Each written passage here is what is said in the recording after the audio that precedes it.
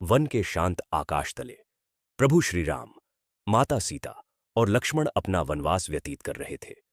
चारों ओर हरियाली लहराती थी, पक्षियों का मधुर कलरव गूंजता था और हवा में भक्ति और शांति की महक घुली थी। प्रभु राम प्रतिदिन वन के मार्गों पर चलते, साधुओं का हाल पूछते और जनकल्याण का विचार करते। माता सीता फूल चुनती, लक्ष्मण कुटिया की रक्षा में तत्पर रहते। उस छोटे से आश्रम में स्नेह, धर्म और समर्पण की ज्योति जलती रहती थी। हर सुबह सूर्य की किरणें सीता माता के मुख पर पड़तीं तो पूरा वन जैसे आलोकित हो उठता।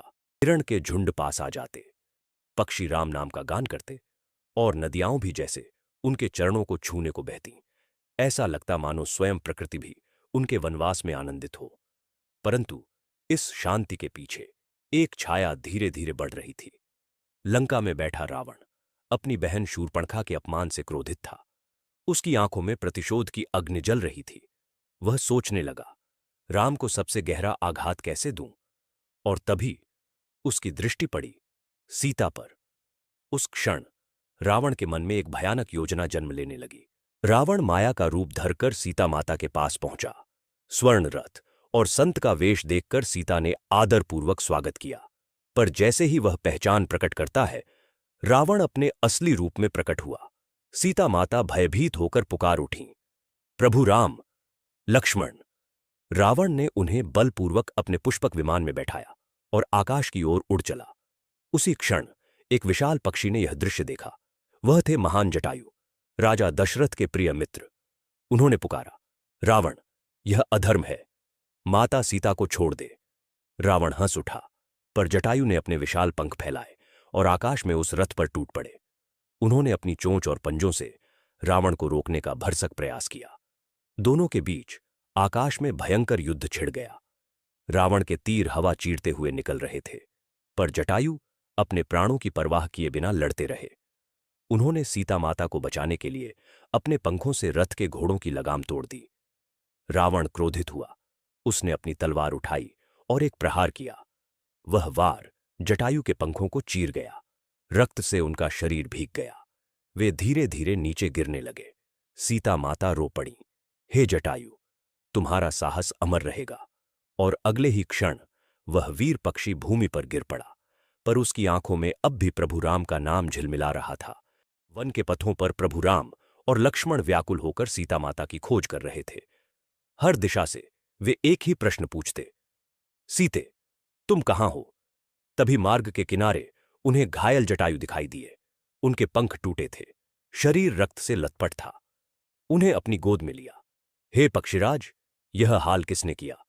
जटायु ने कांपते स्वर में कहा, प्रभु, रावण माता सीता को दक्षिण दिशा ले गया। राम की आंखों से अश्रु बह निकले। उन्होंने जटायु का सिर अपने चरणों पर रखा, परंतु वह दिव्य पक्षी मुस्कुराते हुए बोला, मेरा सौभाग्य है कि मैं माता की रक्षा में गिरा और राम के नाम का उच्चारण करते हुए प्राण त्याग दिए। राम की वाणी भर्रा गई, तुम मेरे पिता के समान थे जटायु, तुम्हारा यश अमर रहेगा। उन्होंने स्वयं अपने हाथों से जटायु का अंतिम संस्कार किया। राम ने प्रतिज्ञा की, मैं सीता को अवश्य वापस लाऊंगा, चाहे स्वयं मृत्यु से ही क्यों न लड़ना पड़े। जटायु का बलिदान केवल एक पक्षी की वीरता नहीं था, वह धर्म की रक्षा का सर्वोच्च प्रतीक बन गया। वृद्ध शरीर होने पर भी उसने अधर्म के विरुद्ध खड़े होकर दिखा दिया कि सच्चा भक्त वही है जो सत्य और मर्यादा के लिए प्राण तक अर्पित कर दे। भगवान राम ने कहा था, जटायु ने जो किया वह मेरे लिए पिता के प्रेम से भी बढ़कर है। उस क्षण से जटायु का नाम अमर हो गया, साहस, निष्ठा और भक्ति के स्वरूप के रूप में। वन की हवाओं में आज भी उसकी करुण पुकार गूंजती है, जो हमें याद दिलाती है कि ईश्वर के कार्य में किया गया हर त्याग अमर हो जाता है। जब जब कोई अन्याय के विरुद्ध खड़ा होता है, वहां जटायु की आत्मा उसे शक्ति देती है। राम के अश्रु उस दिवस यह कह गए, भक्त के प्रेम और त्याग का अण मैं कभी नहीं चुका सकता। यही इस कथा का संदेश है। धर्म के लिए लड़ी गई हर लड़ाई ईश्वर के हृदय में सदा जीवित रहती है। अगर आपको ये कथा हृदय को छू गई हो तो वीडियो को लाइक करें, चैनल को सब्सक्राइब करें और ऐसी ही दिव्य कथाएं सुनते रहें।